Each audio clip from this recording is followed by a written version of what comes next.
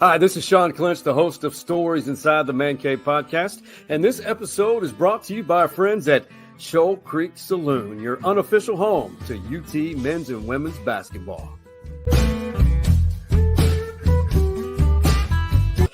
And unfortunately, the crawfish season is delayed at Shoal Creek Saloon or across the country.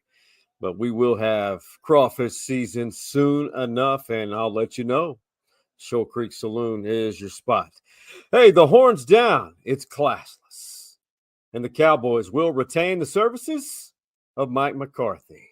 And TCU women's basketball forfeiting games. Let's talk about it.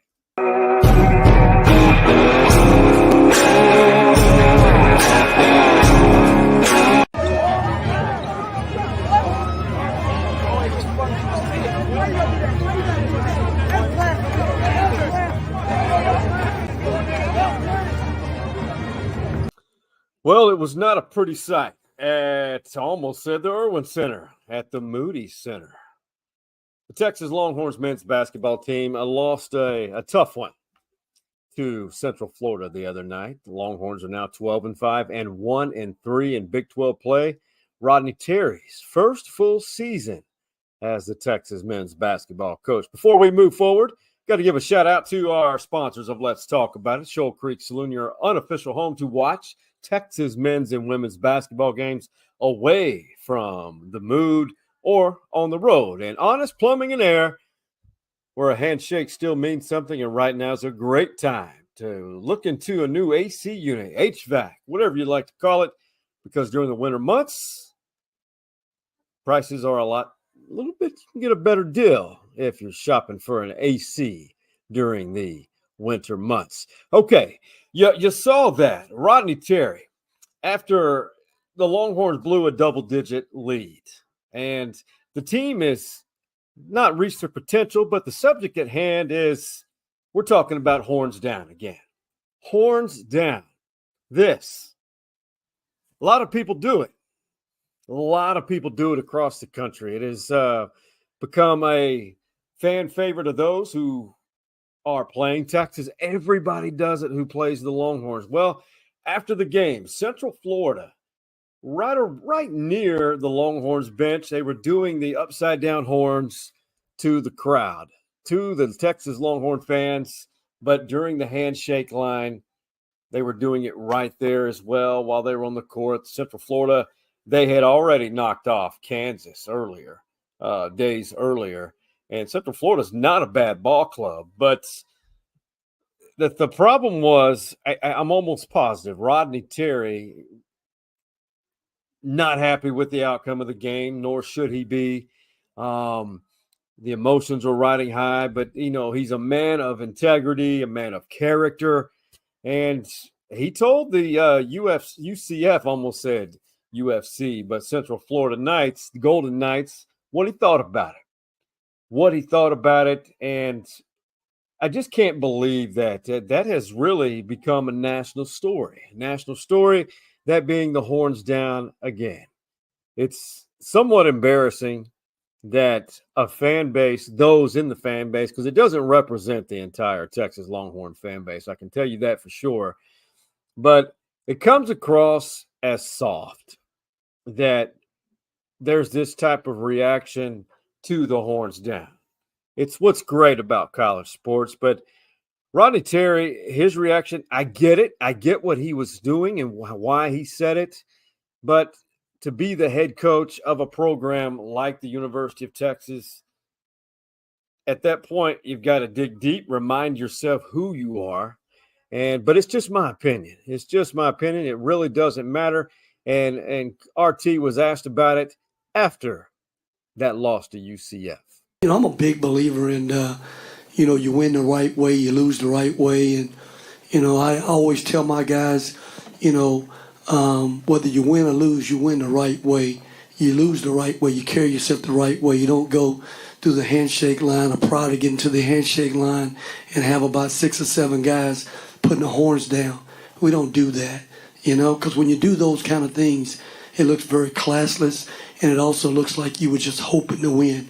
We never go into games trying to hope to win. We go into games expecting to win. So we don't act like that. We expect to win. We don't jump up and down like we won a national championship. We sure don't step on anyone's home court deal and act crazy and try to show them up in any way. We don't do that. Okay. Classy. That is typical RT, just a good human being, and he does everything right. I get it. I really do. I totally understand where he's coming from. But in that situation, I think it's when you're the head coach of any program, I think you've got to practice to dig deep inside and move on.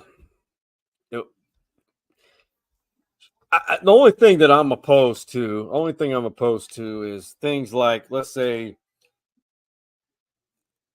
a team winning and going out and stomping on a logo. I think that's ridiculous. I remember 1992, the Aggies football game here in Austin, Texas. Went out to the Longhorn logo, stomped all over it. I get it; it's a rivalry, but that's the only thing that I have a problem with. Things like that. I'm a big fan of Rodney Terry, and on this podcast, even last year, we were one of many groups or representative of a lot of people who supported him, man, when Chris Beard was let go mid-season. Rodney Terry's a good man. I don't think I know for a fact he didn't have any ill intention, but it just gave the wrong message that the horns down truly is representative of what the Longhorn Nation is. It's not a big deal. And I know everyone has their opinion. I have mine. I respect yours. But the horns down should not be as big of a deal to anybody, because everybody, and I will say this, moving forward, as Texas plays their next 6 games, all against ranked opponents, beginning with 9th-ranked Baylor, I guarantee you their next road game is at number 15, Oklahoma. This is just going to magnify what Rodney and that Texas men's basketball team, how they're going to be treated, what they're going to be welcomed to. If this is just going to increase the amount of horns down, especially on the road. It just made it worse, because that's what's great about college sports. It is like a soap opera. Football season, basketball season.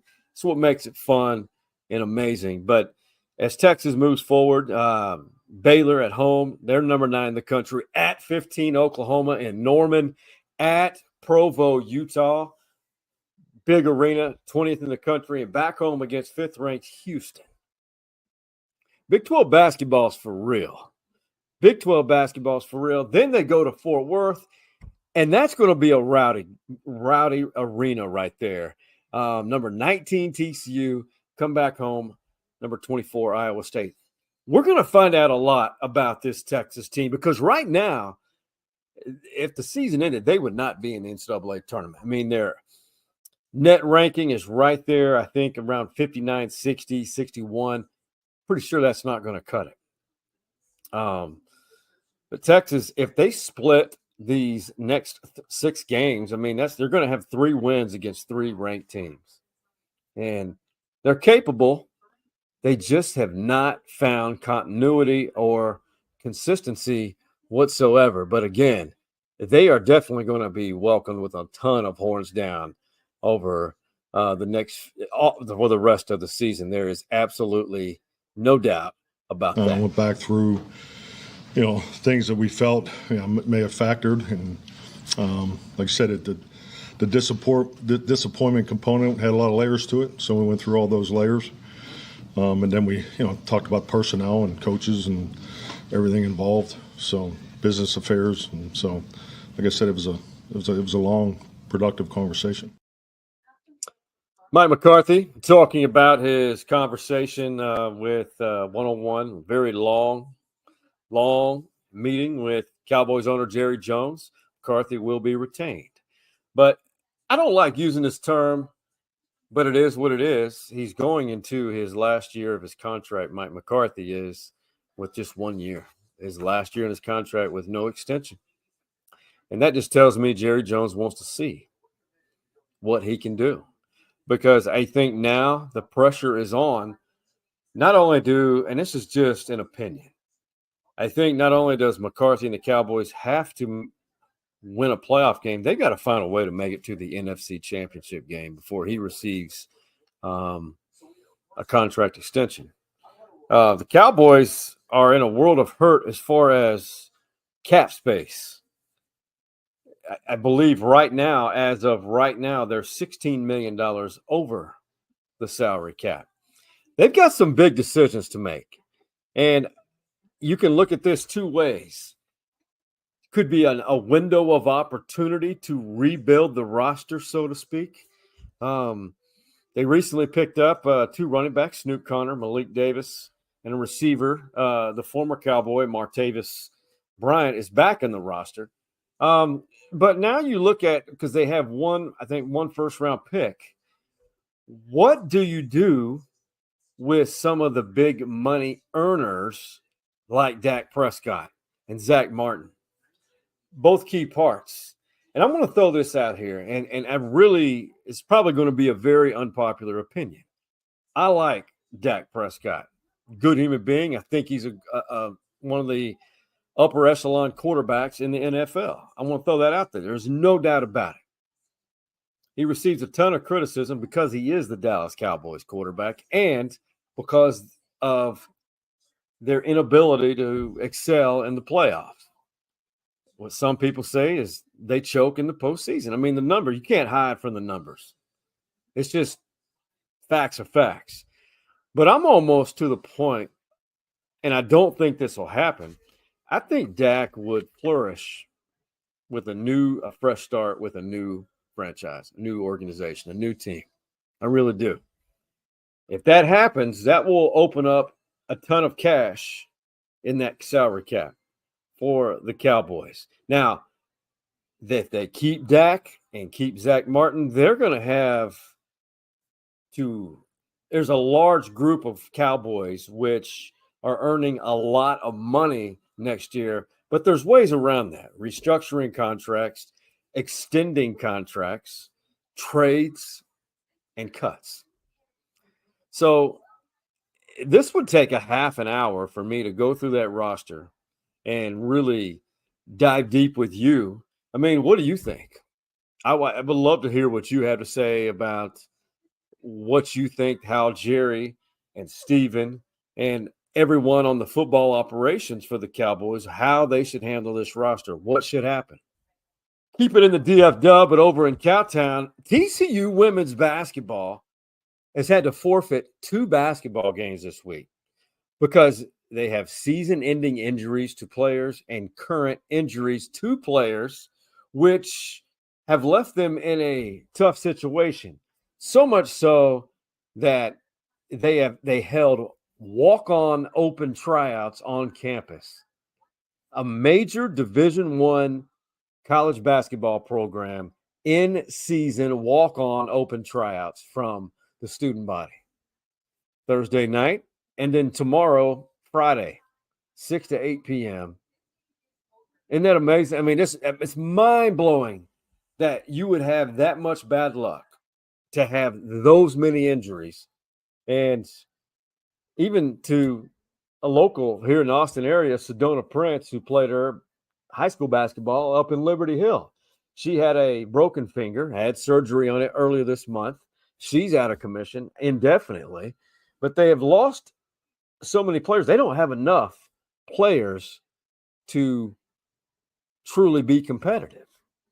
Now, Chris Clack's daughter, the former McDonald's All-American from Anderson High School here in Austin, and former Texas Longhorn, the first McDonald's All-American signed by Texas, coached by Tom Penders.